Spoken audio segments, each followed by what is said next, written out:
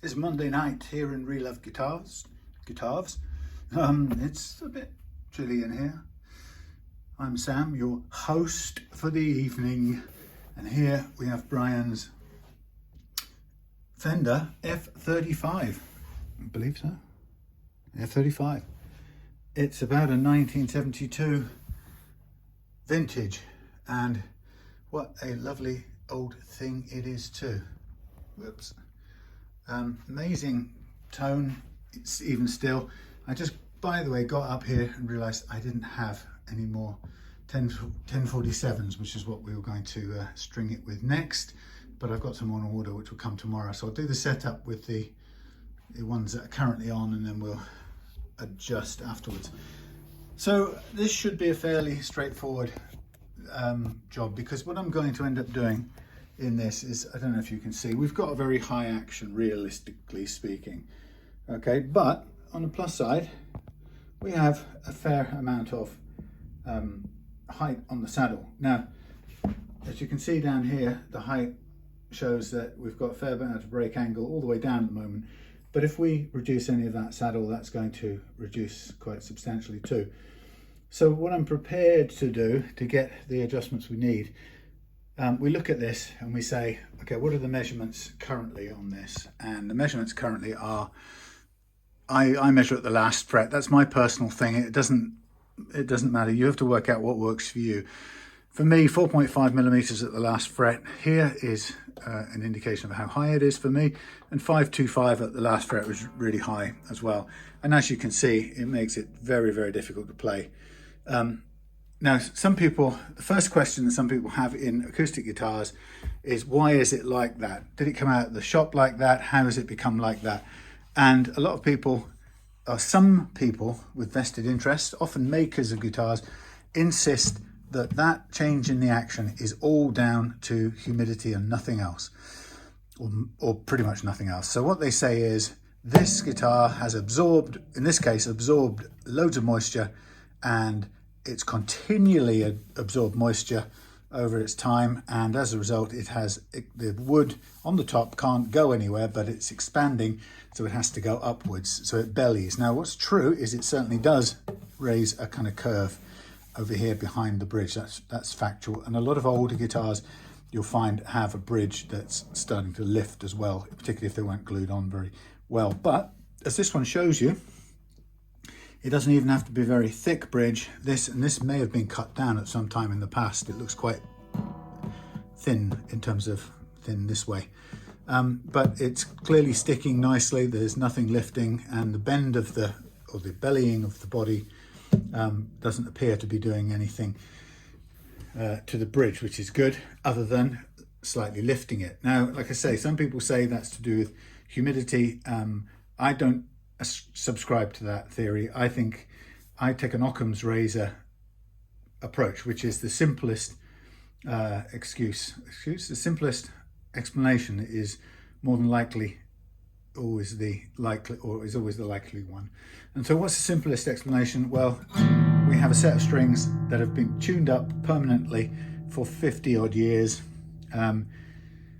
nearly 50 years, 48 years, let's say, and have been pulling constantly on this very delicate construction made of very thin wood on the top, followed by some braces inside. So if you're going to say to me, is it likely that this is going to absorb so much moisture that it turns into a kind of, a humpbacked thing here, or is it likely that this 200 odd pounds of string loading, pulling 24 hours a day for 48 years, did I say 48 or 38?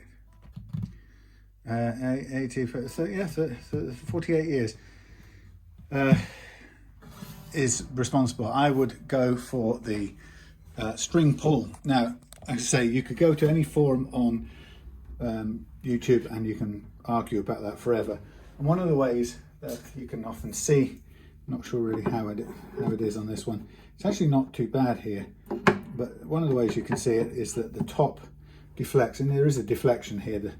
The neck, a fingerboard extension, pushes down into the hole, and it buckles this hole.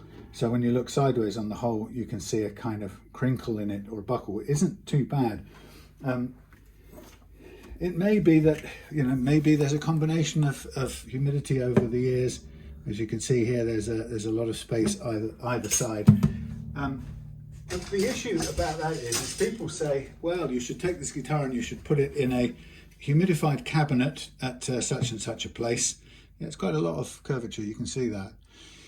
Well, we don't dispute there's curvature. That's causing the bridge to rise and the action to rise, as well as, I would argue, the neck pulling up or pulling down, pulling up from that end and down into the sound hole at this end. So the two things end up causing this action to rise.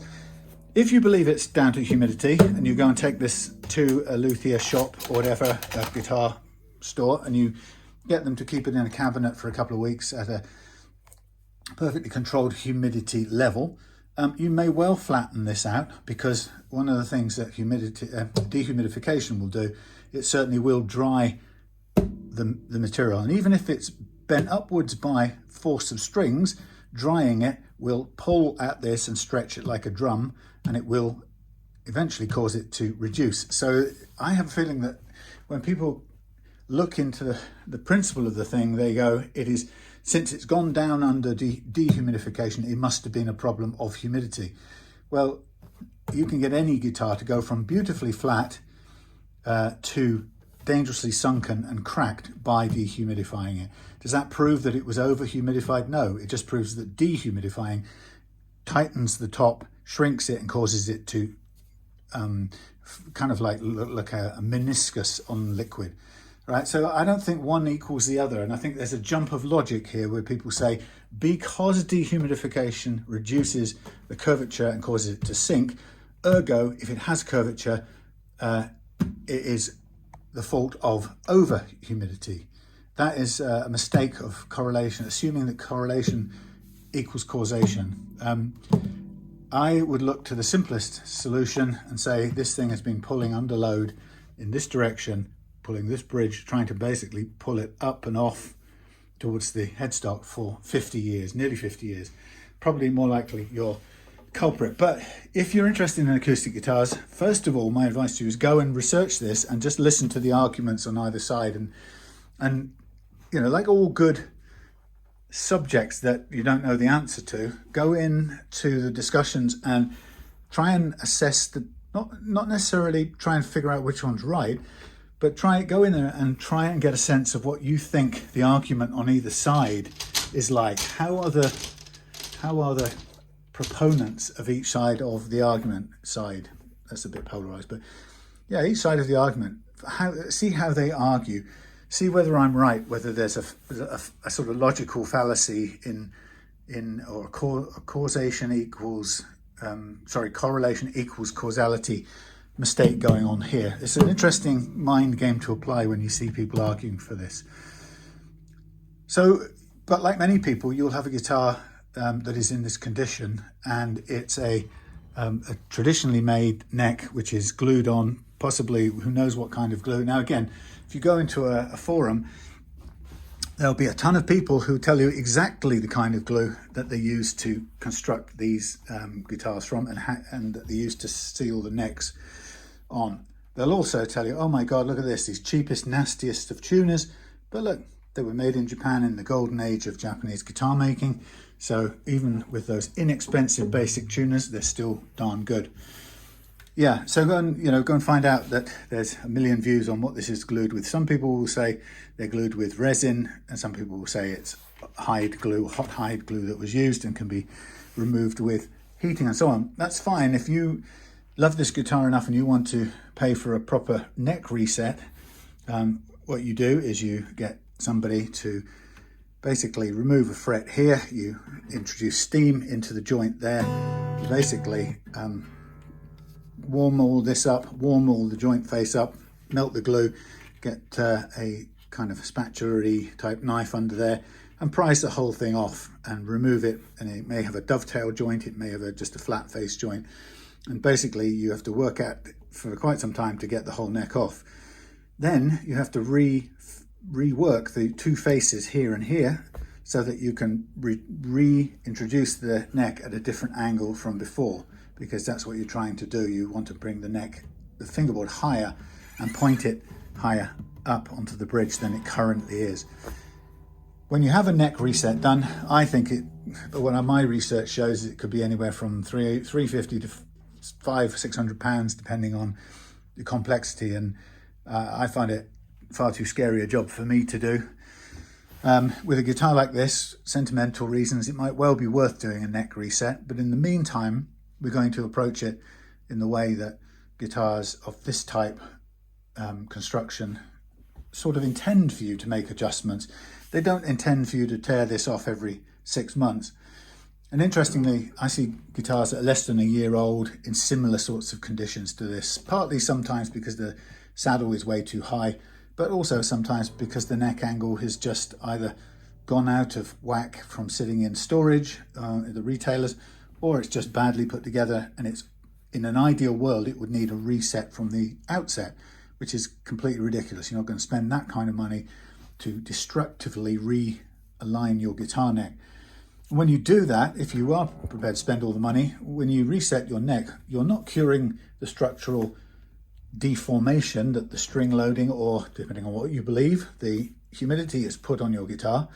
What you're doing is you're reaccommodating this neck to the new circumstances of this object here. By the way, one of the things about humidifying is if this was an issue of over humidification, the advice often is to go and put it in for a dehumidification holiday, and eventually, you know, this action will, as we said, probably come down, whether it was caused by humidity or not.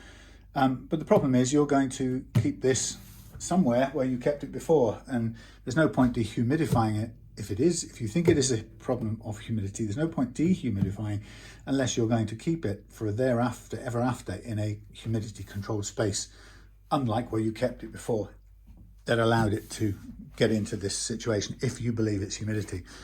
So anyway, we're treating this as a guitar that Brian's brought to me and wants to be able to play for a bit longer. Now, without any, Brian's a little older than me, not much I expect. We're in a similar sort of age group. And the truth is, we don't have an awful lot of time to play these guitars as it is. If we're lucky, we might have another 10 or 20 years if we're very, very, very lucky. But what we're looking to do today is, without breaking the bank, give this guitar a new lease of life for, let's hope, as many more years as Brian could wish to play it for. Like I said, the first positive port of call is that there's a lot of space, a lot of height on this saddle. Rare. Now, one of the good things about this being 50 years old, never having been adjusted, and finding this much, i.e.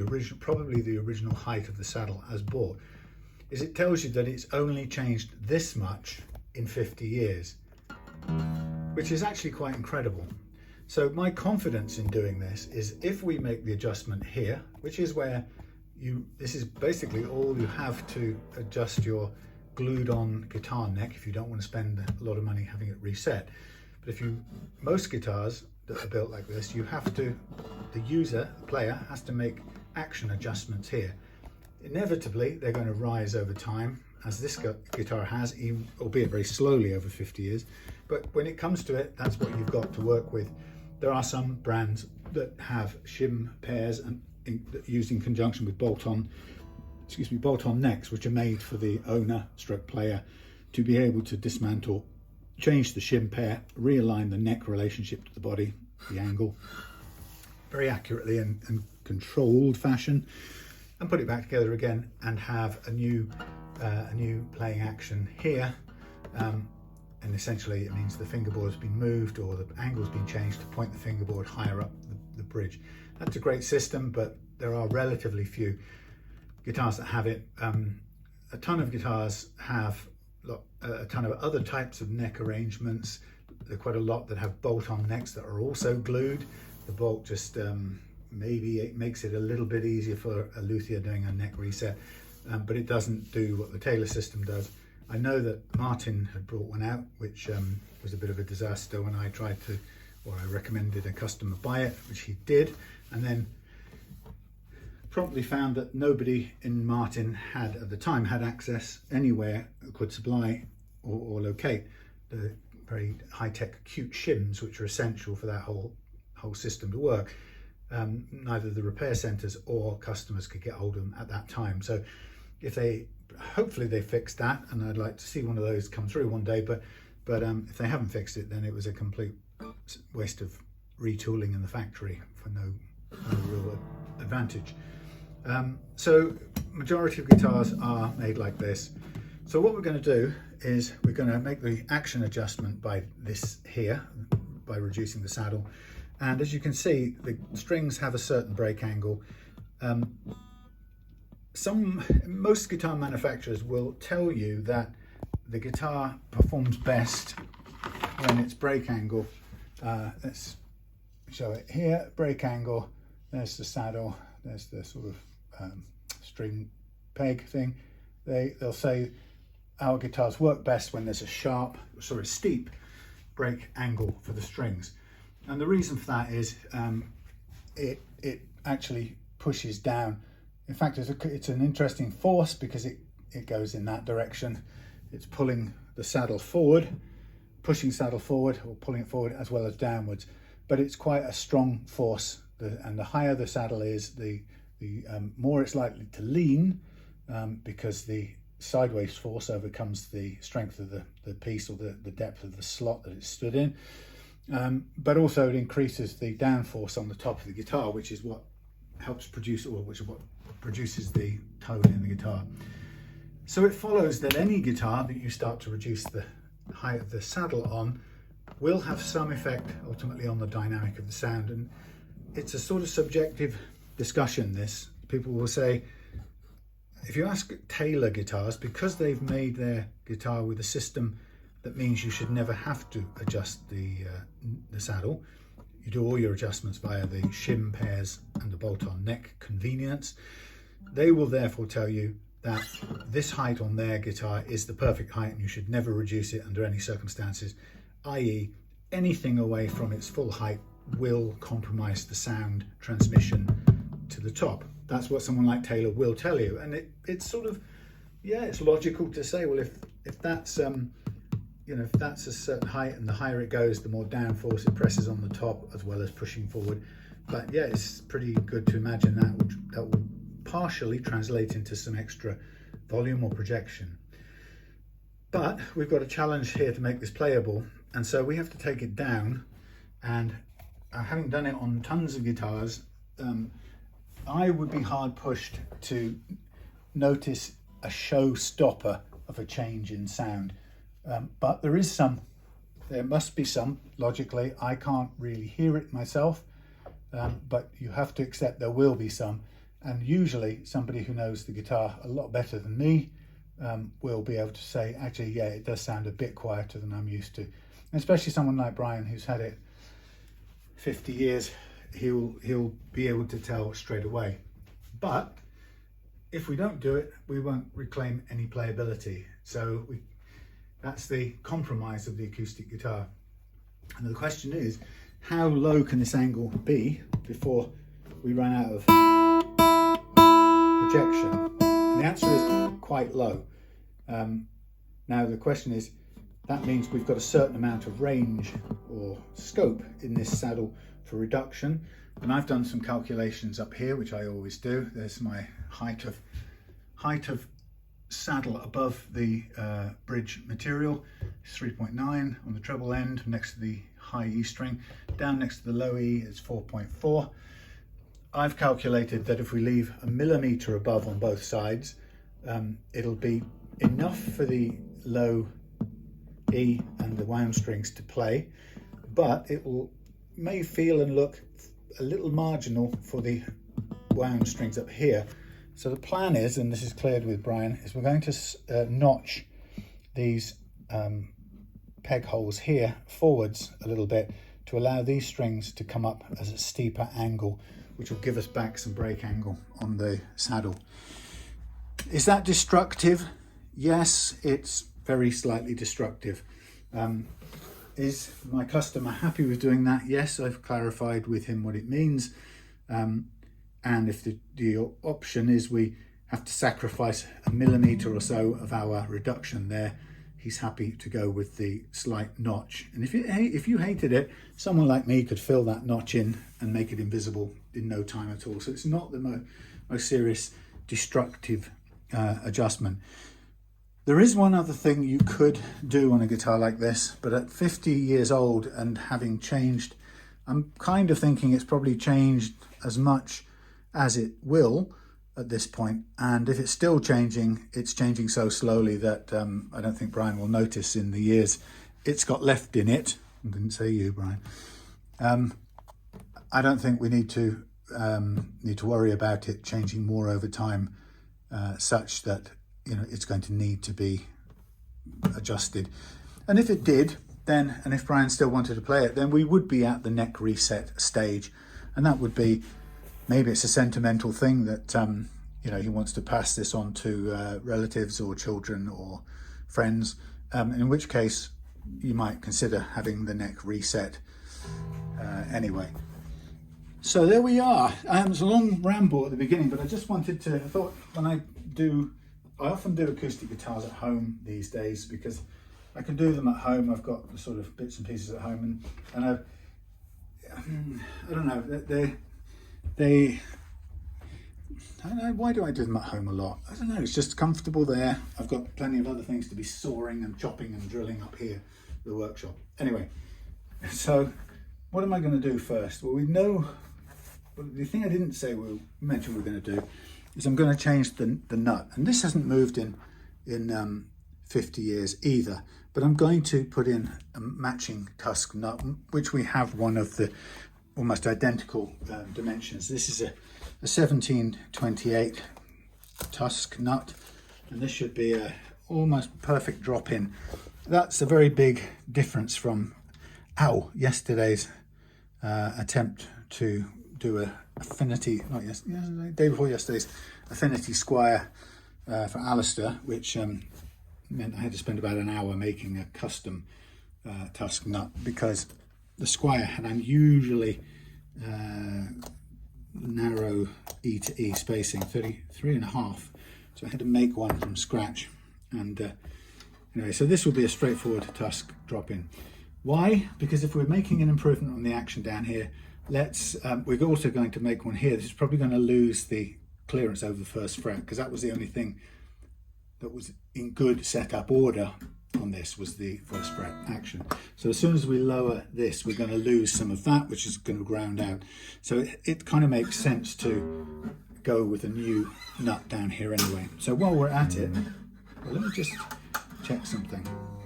Let's get it to tune, and let's just check the relief. I checked the relief. It's very, very little. It's about 1/10 of a mil, something like that. So these look like phosphor strings. What do they call them? Brass? I don't know. One of the brass formulations. I don't know why I'm taking the string right off. I shouldn't really bother doing that. So I won't.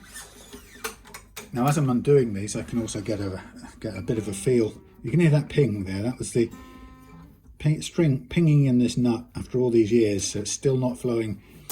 The string isn't passing through the nut without friction. This is sounding, it's got a string going past it, but we may kind of half expect these strings to break. We're lucky if they don't, but it'd be nice to keep them for our adjustments. Now, having done the measurements initially, I could slack these right off as much as I can, so they're loose enough to remove, sorry, I'm shouting at you now, loose enough to remove the saddle at the end, so I can take that out as well when I need to. We can either do it all as one thing, or we can take them out one at a time. What I'm also going to do is just take these screws out. They're a bit rusty, so I just want to make sure they're not structurally rusty and about to snap off. It's just the outside, so that's okay.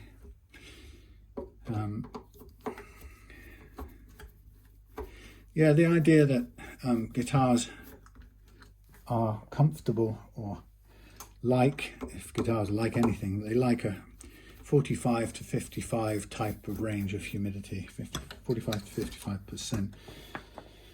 The question is, you know, are British homes, UK homes, much more or less humid than that? This has got glue all over it, so this may be, blimey, has that got glue all over it? This may, we may find this puts up a fight, so be prepared. Yeah, so average humidity varies hugely. 60 to 70 is quite common, so it's a little higher than the sort of ideal humidity for the acoustic guitar. Yuck, horrible plastic thing, but it's come away cleanly. It's got a cut in half down here, you can see, but it looks like it's, oh yeah, it is, look at that. 50 years and it's given up the ghost. So not a bad idea to replace it. We're just going to be slightly short on the fatness length, but that's not a problem. It'll be covered mostly by this plate. So really the question is how well does this fit on here right now? Looks pretty good.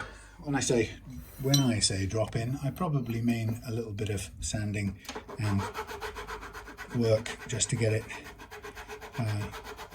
sitting squarely, and I'll do a test load of the strings and then we'll see how over high the action is, because we can usually take the action down from underneath so that we can start out with a nut that needs as little adjustment as possible. So, and I can feel, oops, that's no good. Oh yes, I'm missing the low E, aren't I? Silly me. Put that back on.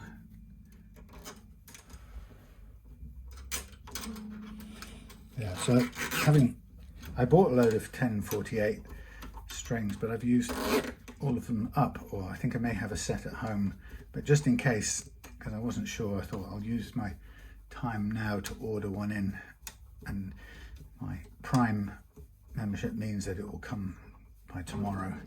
So we'll get this finished tonight and then just switch the strings over tomorrow as the last thing, and then Brian can come and pick it up. Okay, so I'm just going to line this up, and the main thing I'm going to do, in fact I'm not going to do anything just yet, I'm going to do the saddle, because I want to get the saddle down and then see what I've got in the way of height here to make adjustments. So if I go down this end, I'm going to take off everything here, tension, get it as slack as we can make it, and then we get our little sharp fret puller files just as a means to see if we can lift up our saddle.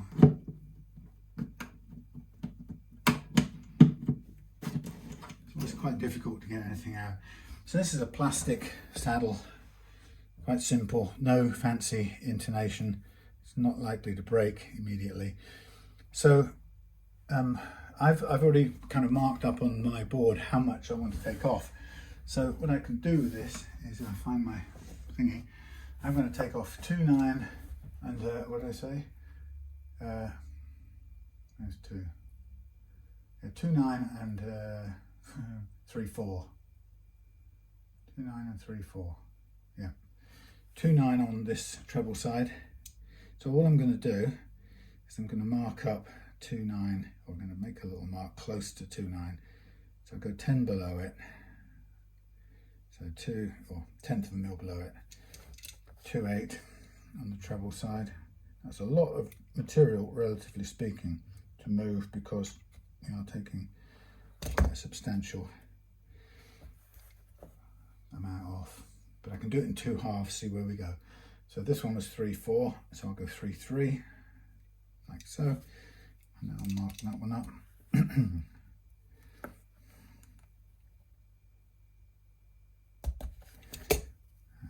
Just get it's going to be very hard to see this, but I've made a sort of a little mark on each end and kind of filled it in with some grime from my thumb so it sort of dirties up the hole. Now I can see it, and I can mark a line across, and then I can cut to that line. But if I want to, I can cut to 2 different lines and just get a feel for it as we go along.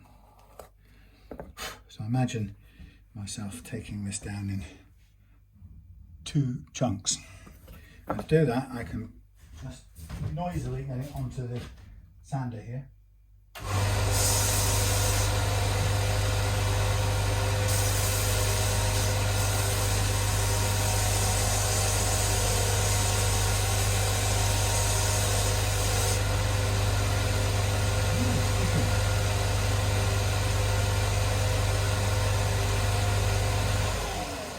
That's interesting how that melts the plastic. Of course, not being bone or Tusq, it tends to want to melt. So it's pretty poor actually. It's sort of melted down one end almost to the right length and not down the other.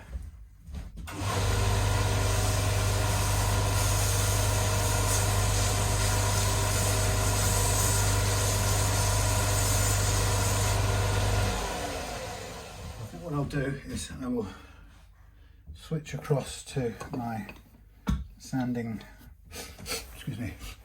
board. Zoom out, yeah, as far as we can go. Get the sanding board up.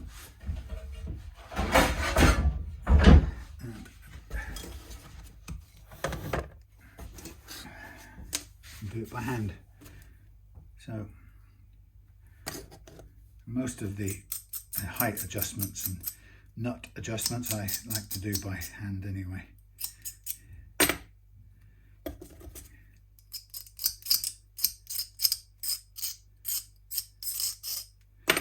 Okay, so I've got the marking on this side. So all I'm going to do first is just get myself a nice, if I can, a nice level footing on this.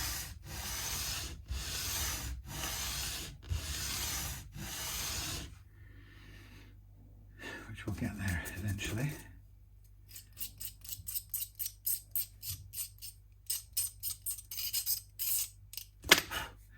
So now we're getting close to the first mark.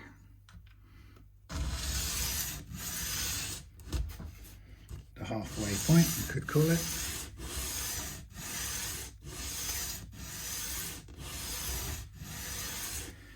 So this sort of plastic doesn't cut very well on a sanding board. Its tendency is to sort of melt and roll up into little gumballs, you might call it. So a little bit more to come down on the base side. I just focus on pressing down a bit more heavily on the base side.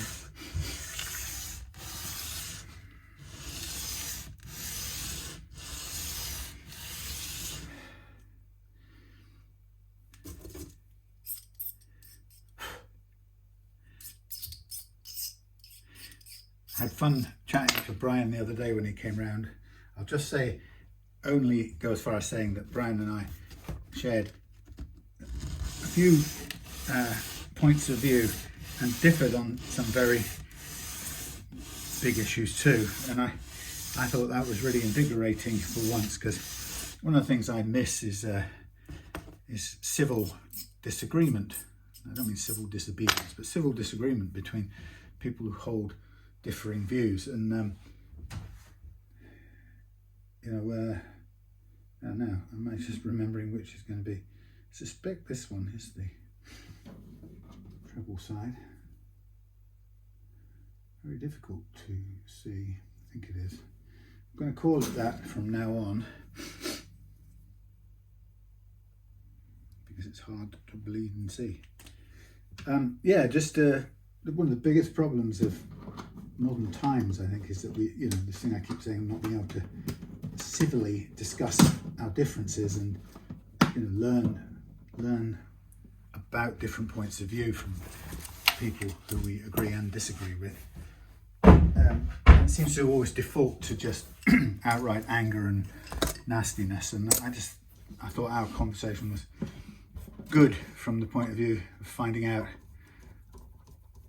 or, you know, being able to explore the differences in points of view that we had, as well as the similarities. And I think also partly because when you have differences in points of view, it's only then that sort of make you think, oh, I wonder why that person can believe this and that.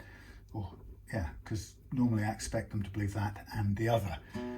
I think it just gets interesting when things don't seem to add up, and makes you want to kind of try and work out why somebody can have those supposedly differing views, contradictory views, or unexpected collections of views, I think is probably the best way to put it. Okay, so here's my view of the action. Well, it's a lot better, naturally. And so the thing that's good about this time is to say, look, we haven't done any slotting yet, but as it stands, that's still a pretty chunky break angle for any guitar to play, an acoustic guitar. So I'm confident that we can take more down now with this. And I'm going to just aid this thing along a bit with this thing here, so I don't have to be undoing so long. Sorry about the noise.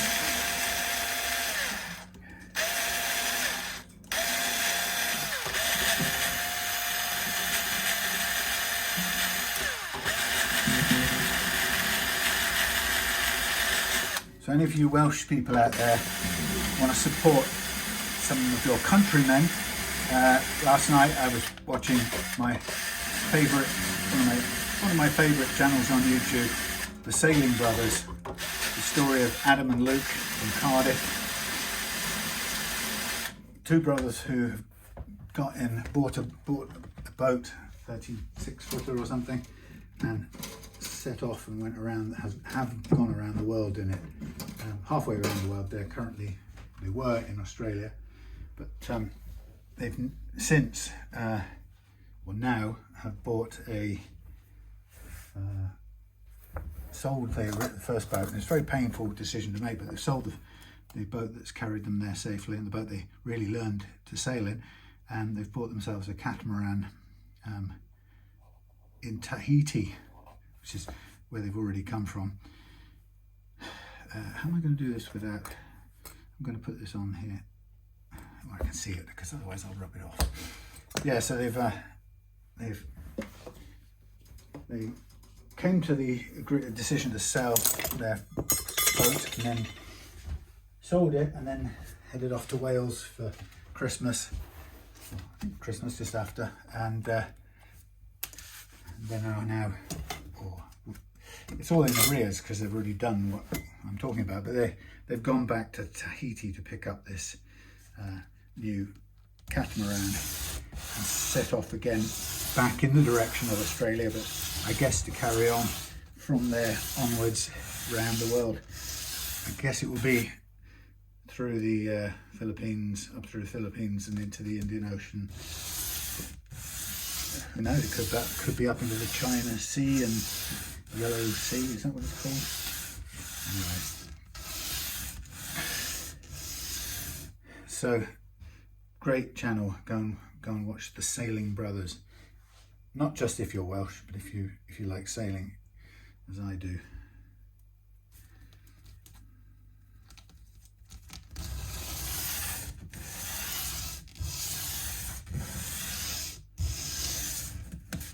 Anyway, it's a great, really superb channel to take your mind off the world's malaises, ailments, you could call them, which I'll be honest, I'm struggling with, as you probably aren't surprised to know. I mean, I just think I'm losing, or feel like I'm struggling to retain any sort of optimism about the future. I kind of feel, it's funny because I'm not depressed, but I'm not sure I have any great hope. But I'm not sure. Does anyone have any great hope for the future? Does it matter if you do or don't? The world gets on without what you think, so it's probably a bit meaningless, but I don't know. It's quite difficult to see things going so terribly awry.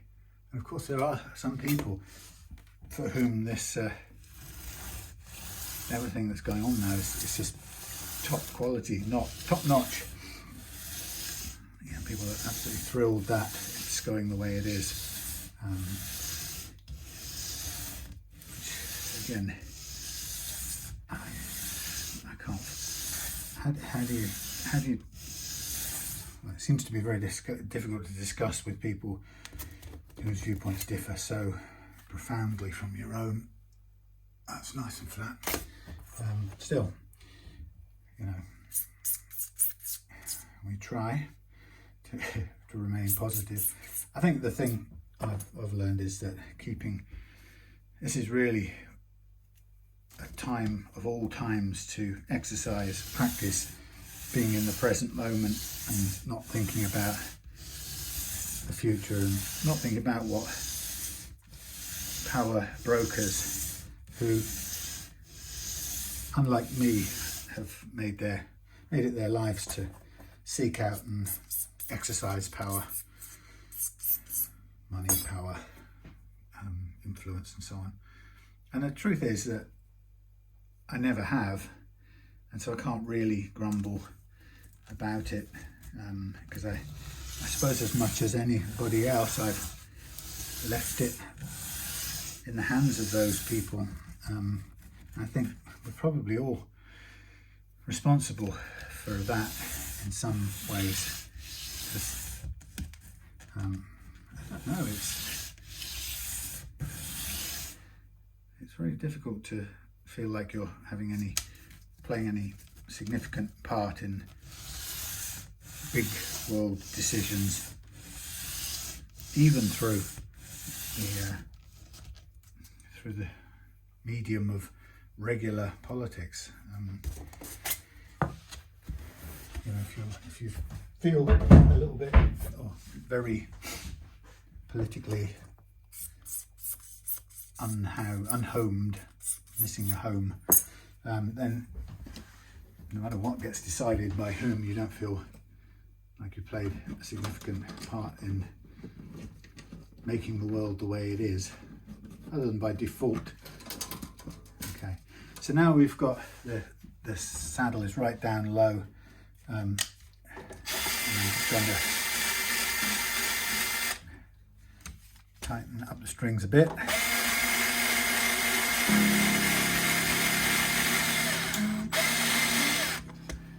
And okay, everything's sitting there. Now it does look like the top two strings now need, I can hear it needs some slotting now. It's caught my finger.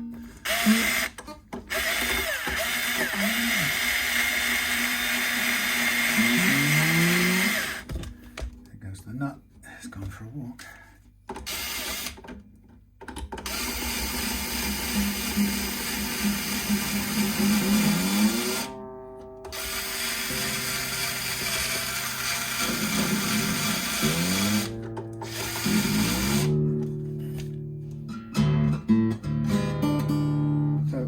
So the E has lost its tone because it's sitting quite flat, very little break angle. So we're now going to do the slotting, but we've got the action as good as it's going to be on this guitar, and that's a fact jack. Now it's not the lowest action. It's not anywhere near as low as one of Alistair's newer Fender acoustic. So this is still going to come in at about 275, 3 mils. Yeah, we can't go any lower than that. And 3 mils and about 3 and 325, 3 and 3.5.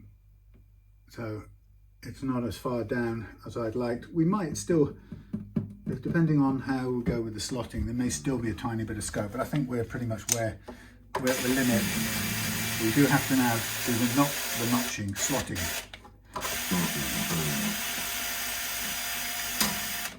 Now, once I've done that, I'm going to come back. We're going to look at the nut to fine tune its height.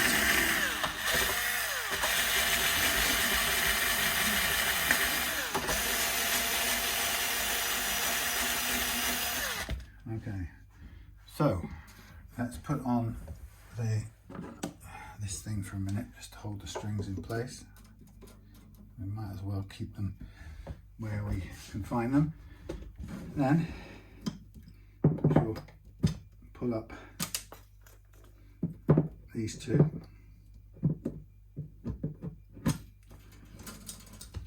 And now the slotting has to follow a line which is going to go. I just lost the nice sharp pencil again, haven't I? Oh, there it is. So I'm going to do this from here by eye.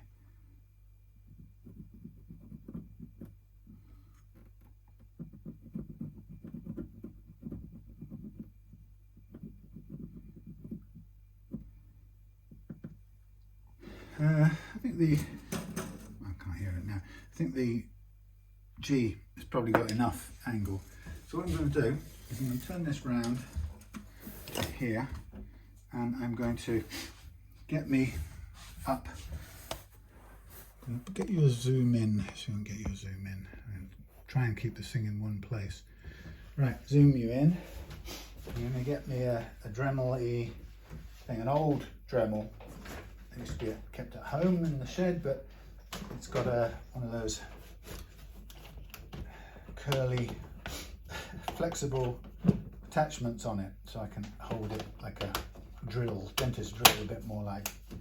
So I can run and power like so, and then work on it. Now, probably easier to bring this up here to have it sort of comfortably ish over here, and I'm going to move you again in a second. Hold on, let's make sure we're bear with me a second. Some of these bench dogs, one or two, one probably there. Yeah, right, so now I'll get this moving. Okay, so now I'm going to mark the hole,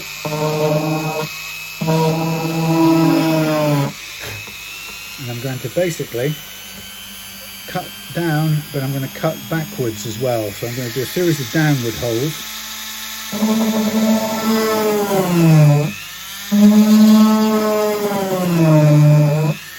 like so.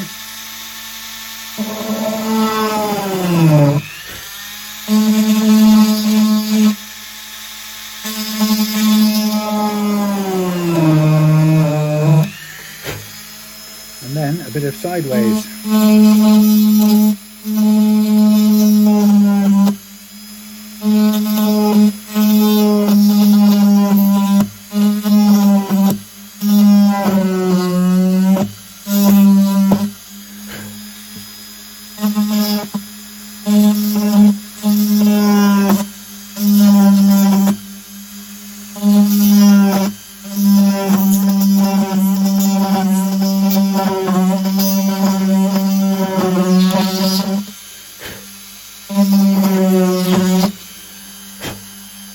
What we're looking for is to turn that the right way.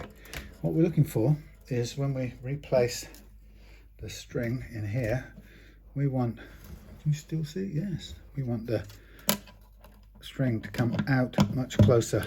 There it is. We could probably still do a tiny bit more, but now it's got a distinct point that it can come up to. So that is coming all the way up in the right place. So I'll just clean it up a tiny bit. On this again.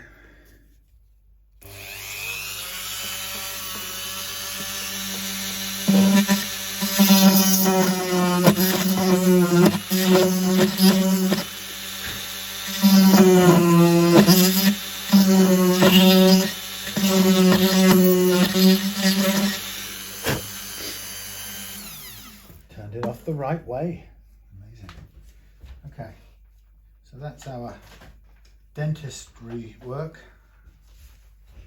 And now we're going to refit the strings, tighten them back up and see how we get on. That's coming right up by there, that's good.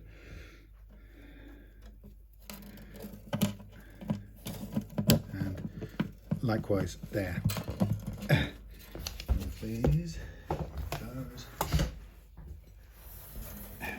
Sorry about the view, bear with me. Zoom out. And again, thank you. So, back to the thingy. I'll go with the middle one first, so that they hold the nut in place in the centre. Theoretically, in the centre. Not at all. Still going off to one side.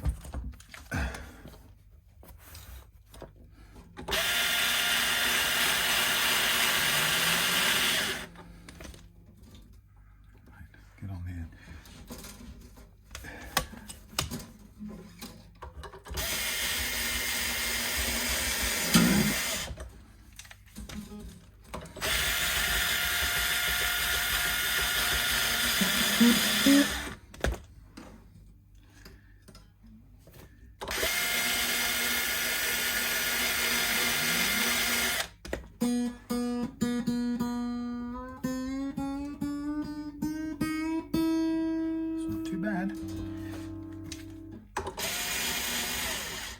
Here it's improved,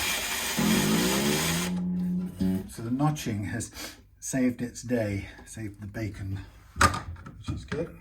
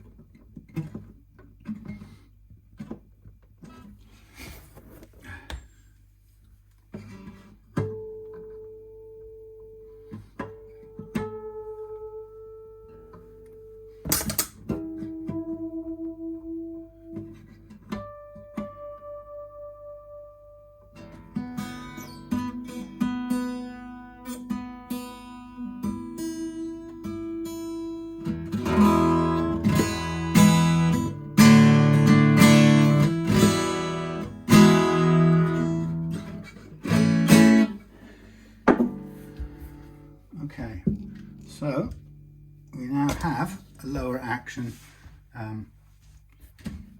better than it was, but that's as much as we're going to get.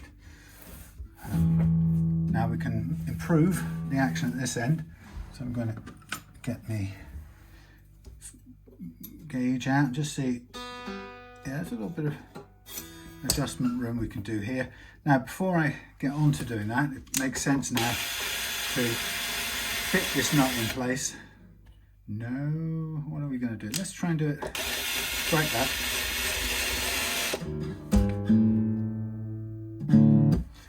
What I'm going to look for is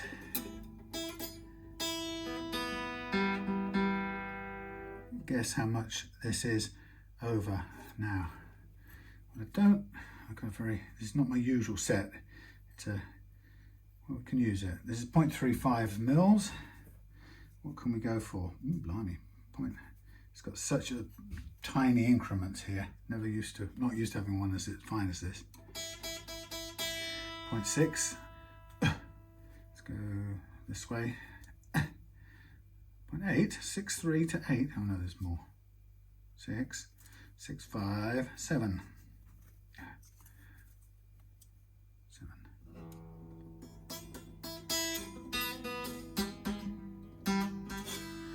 7. Okay, so let's call it 7 all round. So 0.35 at least over. I'll show you what I do. 0.35 over.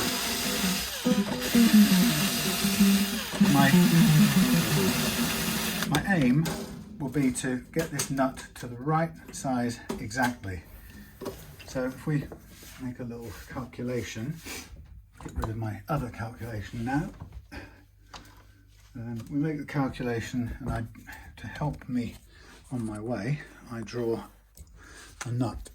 So I draw the nut and I go, there's the nut, and I'm going to take a measurement at the notch for the low E and the high E. So there's my measurements there, and I know before I go any further that I want to take the whole thing down by, I want to minus 0.35, and I should be spot on then.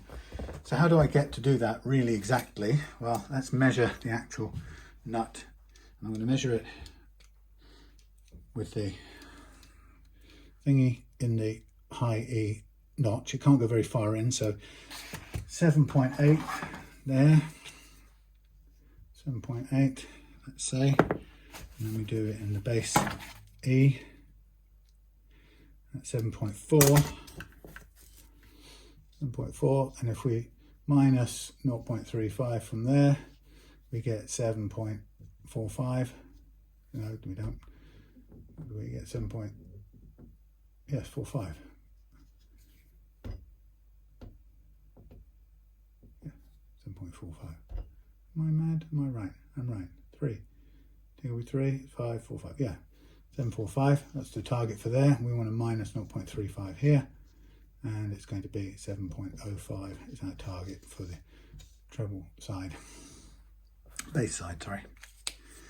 So the simple thing we do now is, again, we just move this off to one side. Let me just tidy this up and put these in the right place.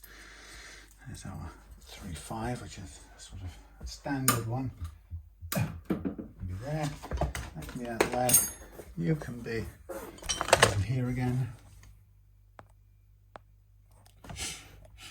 As I take this and so 0.35 off. Now the thing is, I've got to take the same amount off both sides and do it in such a way that the bass stays square to the front. So I've got to take care of the amount I remove and the way I remove it. So 7.45 on the treble side appears to be on the money. 7.45, and on this side 7.01, so we're pretty much there. I'm just going to check the lean of this. I'm just going to square this off very slightly.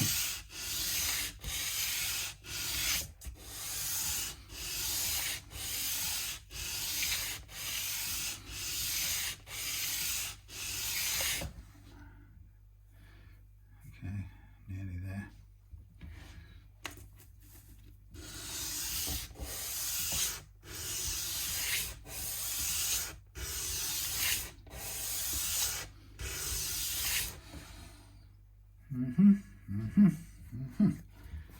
Okay, let's double check. 7.45 thereabouts. 7.45. 7.05. Perfect. So that little tiny adjustment, done not visually particularly, but done by measuring the original and minusing the amount of the amount over the action was. Now we're in a place where we can actually just put this in and glue it down. So what I'm going to do is I'm going to yet again move these strings out of the way.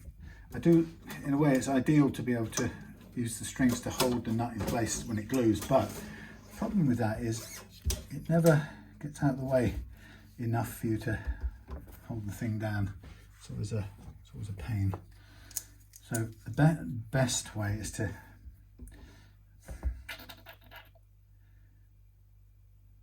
which in some ways sounds silly. The better way is to get it all in the middle. The most important thing when you're fitting strings is to get it loose. Get it loose. And we want to get the nut in there with its glue on. Get the nut in there and then hold it side to side with the fingers. So you could say out of the way, but the other way I used to do this, sometimes maybe it's a good idea actually. Let's lift these over here.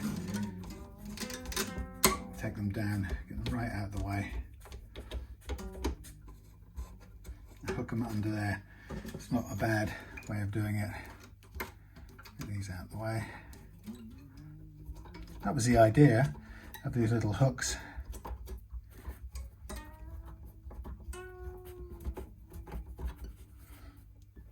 Like so. Now I can grab the thing where I want it. Okay, so I'm confident that's the right height now. So I'm going to put some glue on the front lower edge of this. What's it? And I'm going to just clean a bit off with this packaging. And now I can place it down on here and I can move it into position and feel the alignment with my hand like so. I want it to feel right more than anything else.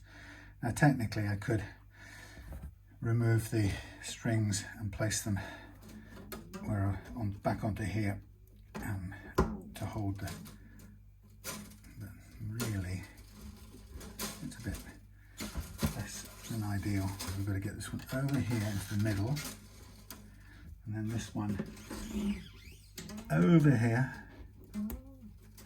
into the middle as well. And we've got to somehow hold this there and do this one up.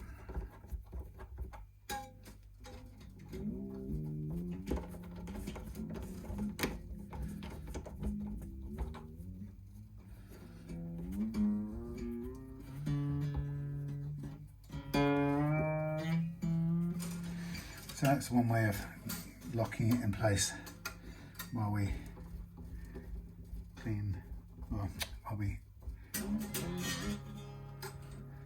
let the glue set. Now what I'm going to do after this is we'll take the strings right off for a minute. Probably could take them all off altogether, but we'll take them off and then we'll clean up the frets with some wire wool and a fret protector, fingerboard protector strip, and then we will take the strings off ready for restringing tomorrow. So down to a lovely low action.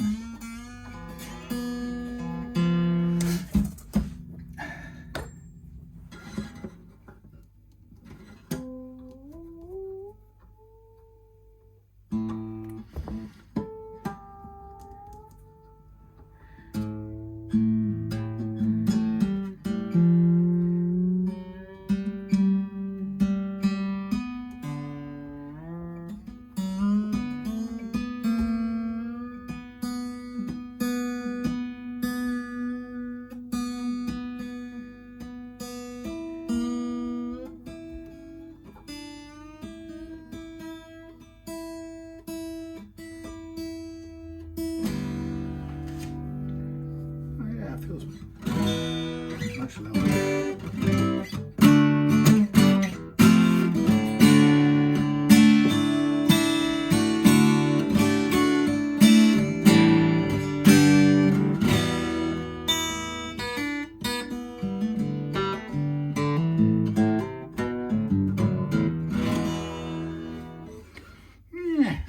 Okay, let's just check the relief. Where are we still at?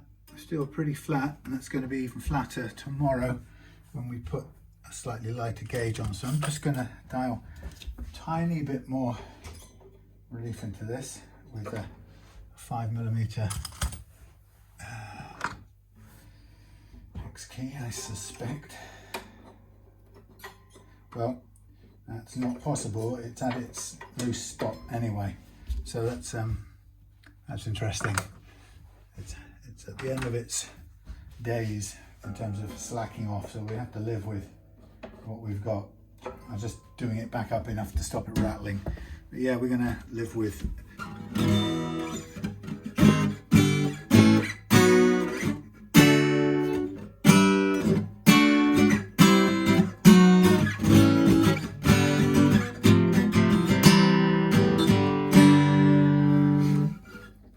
okay, that will be the nut done. So I'm just going to run all of these off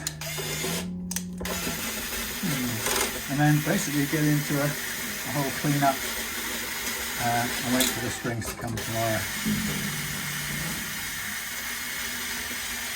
They're not overly complicated.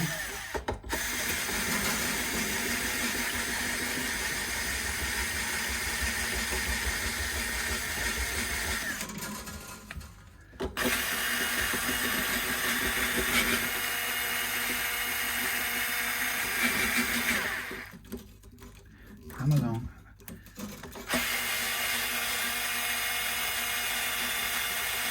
So getting the nut right and being that accurate with it is really good to avoid having to cut the slots with nut files. There's nothing wrong with using nut files, but I like to, if I can, I like to leave the the slots on the nuts untouched. Might as well. And so it kind of pushes me to be more precise with the thingies, with the getting the nut right from the start.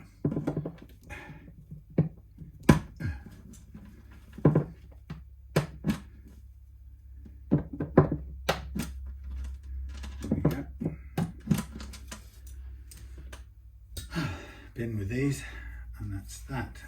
So a bit of I'll go off camera now because it's too boring, but a bit of, I'm going to do some what's that stuff called? Wire wool, and then I'm going to do some naphtha cleaning on here, nothing too extreme, and then I'm going to do some Dunlop-y stuff which I've had for ages, just only just started using up, and I'll use that to do the body finish. Just getting the wire wool.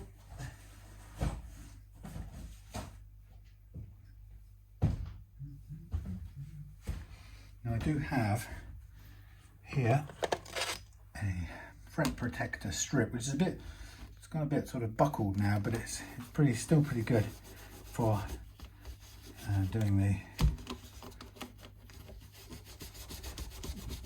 the frets like so. Yeah.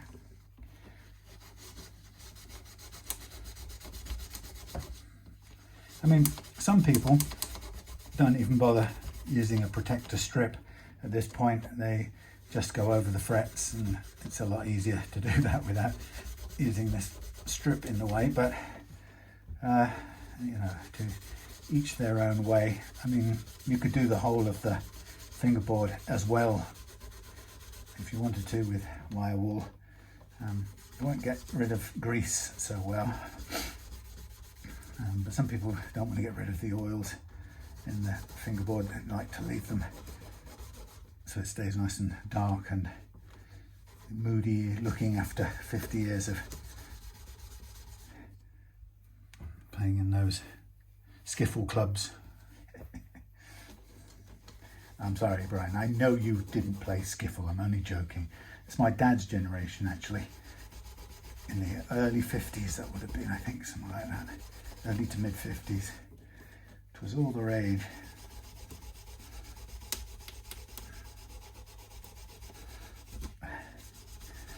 Around about that time, I think my dad taught himself, or fell in love with jazz, taught himself to play the piano in a sort of jazzy, bluesy, jazzy style, I think.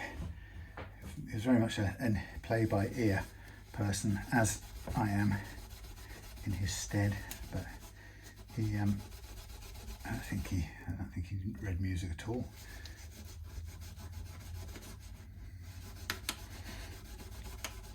And his favourites were, I guess I always remember, as Ella Fitzgerald, Count Basie, Duke Ellington and those people. Fats Waller. I remember seeing those sort of jazz albums in the house when I didn't live with him most of my childhood years, but my brother and I did go back to live with him when we were teenage louts, poor fellow. Anyway, so there was me sort of somewhere stranded between Queen and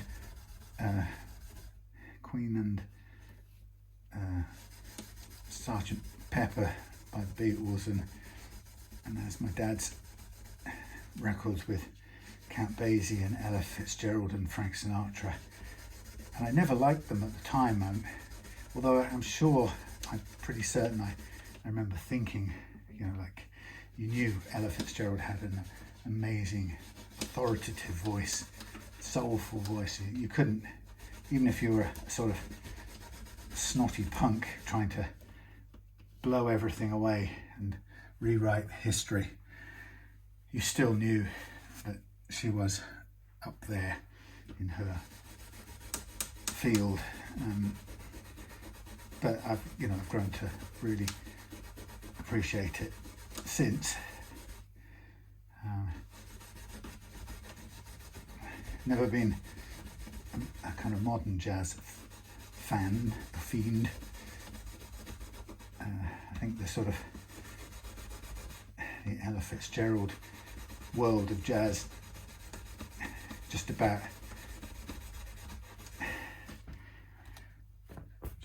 my kind of limit, really. It's got a tune, that's why. I always remember when we were young, people critiquing what we liked because it hasn't got a tune, can't hear the words, you know, all that sort of stuff. And now I'm a bit like that when it comes to jazz. It's like, I can't hear the tune, it's all modern nonsense, rambling.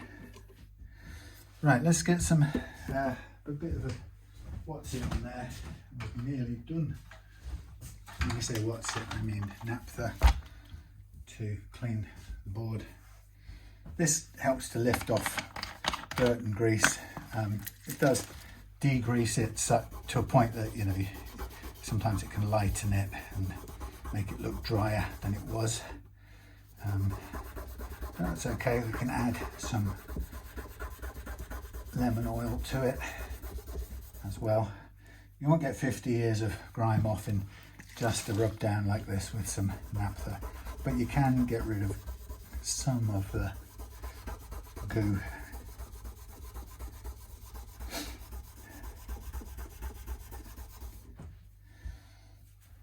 Now, as far as my experience goes, that the wild wool doesn't really smooth out frets if you've got any scratches on them and they're grindy or scratchy, crunchy, but it does bring what's there up to a shine, so it's quite a nice cosmetic thing.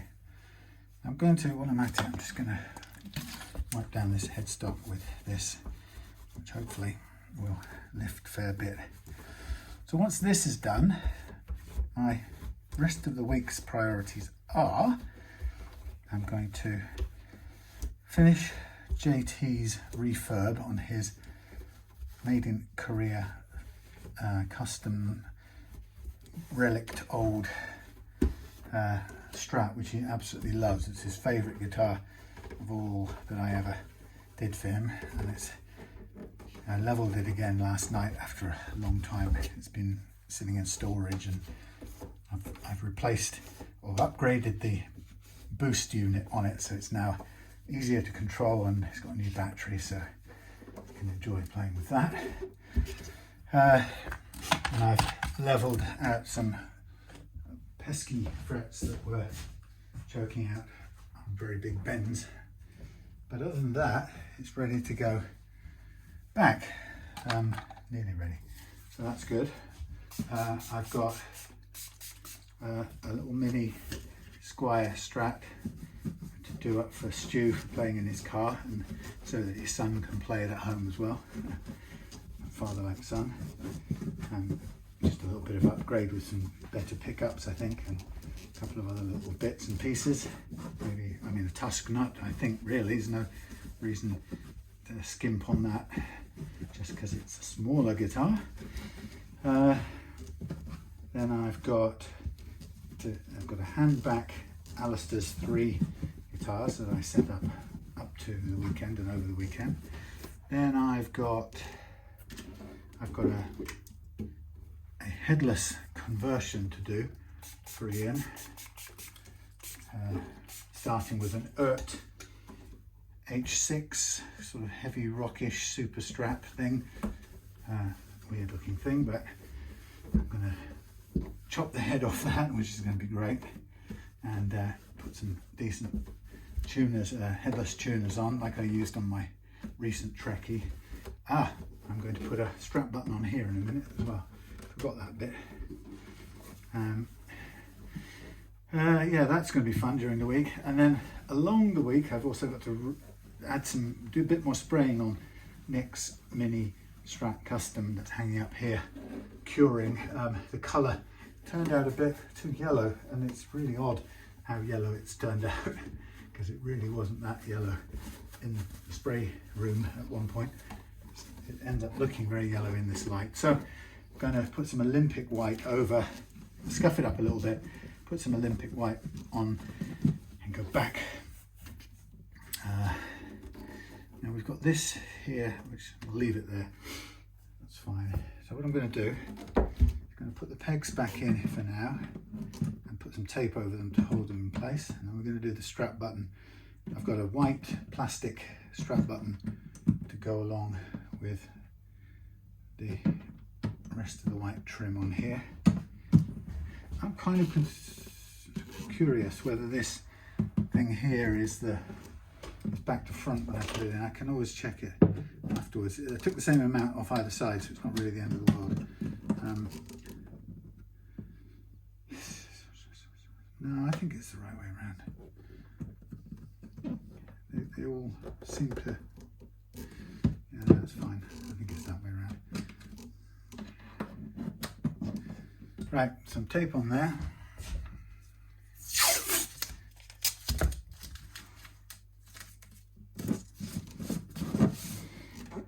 Then I shall get me one of these and one of those. I'm going to drill me a hole. And the hole is going to be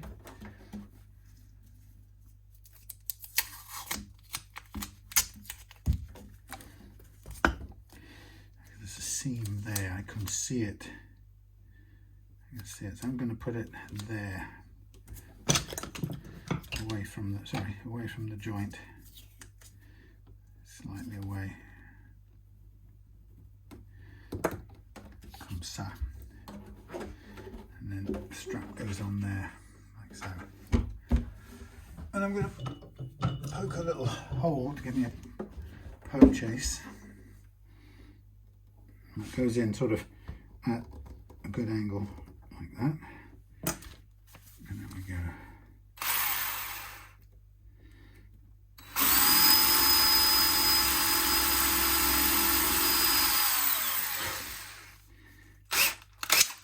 Do a little bit of widening at the top, come back, just so we don't get into too tight. And then we can find the white plastic.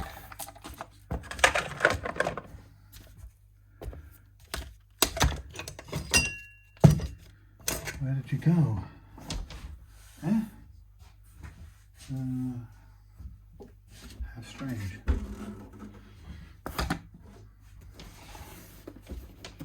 Not in there, not there, not there.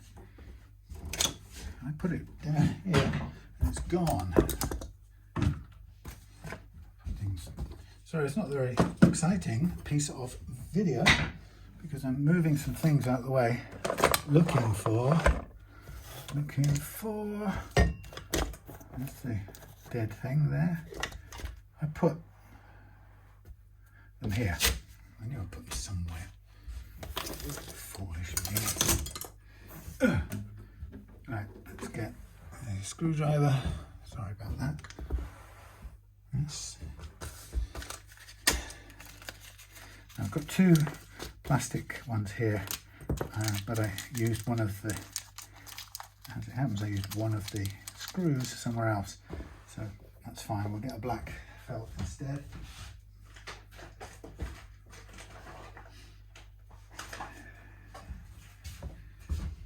And so, creamy white to go along with the one on the back end.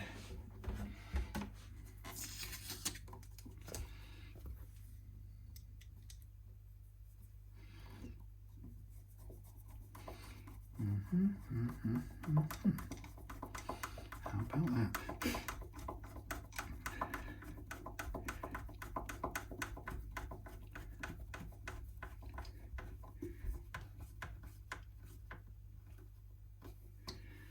Lovely.